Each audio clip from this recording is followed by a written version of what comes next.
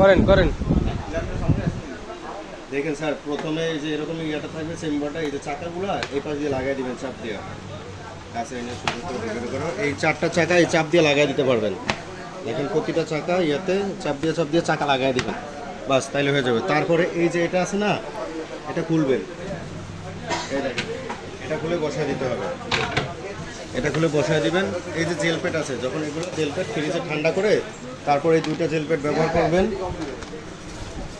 এরপরে হলো এই দেখেন এমন একটা স্ট্যান্ড থাকবে, ঠিক আছে, বসানোর জন্য। এটা আপনার এইভাবে বসাবেন, লক করা আছে, প্রতিটা আপনার লক করা আছে। এই লকটা এভাবে বসায় দিবেন। দেওয়ার পরে এরপরে হবে মেন মোটরটা, যেটা ভিতরে ফ্যান আপনার থাকবে। এটা এই দেখেন দুই পাশে দুটাই ঘাট আছে, এই পাশে একটা আছে, এই পাশে একটা আছে। এইভাবে লক করবেন। এই দেখেন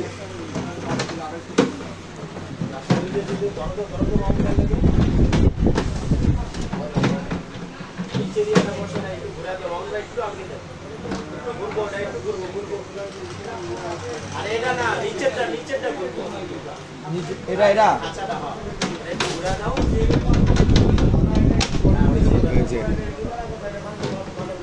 এই যে বসায় দিয়া এটা লক করে দেবেন। এটা লক করে দিলে আটকে যাবে।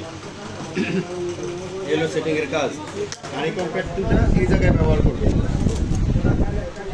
হানিকম প্যাড দুটা ফ্রিজে ঠান্ডা করে এখানে ব্যবহার করবেন। চাইলে আপনি পানি এখান দিয়েও দিতে পারবেন এবং পানি অন্য জায়গায় সিস্টেম আছে। এই জায়গাতে হানিকম প্যাড একটা ব্যবহার করতে পারেন অথবা দুইটা, কিন্তু একটা ব্যবহার করাটা ভালো। আর পানিটা আপনি কয়েকভাবে দিতে পারবেন। পানিটা আপনার দিবেন সহজভাবে, সব থেকে সহজভাবে হবে পানি। উপরে এই যে ক্যাচিংটা খুলে এখান দিয়ে পানিটা দিবেন। 40 লিটার দেন বা 20 লিটার দেন, ঠিক আছে, সর্বোচ্চ হলো 40 লিটার। এরপরে আরও সিস্টেম আছে। আপনার কুলিং কাজ করবে কীভাবে দেখাচ্ছি।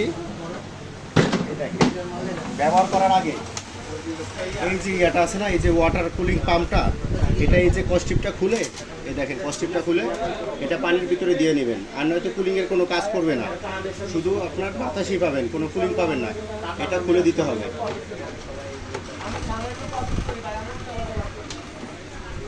পানি লাগে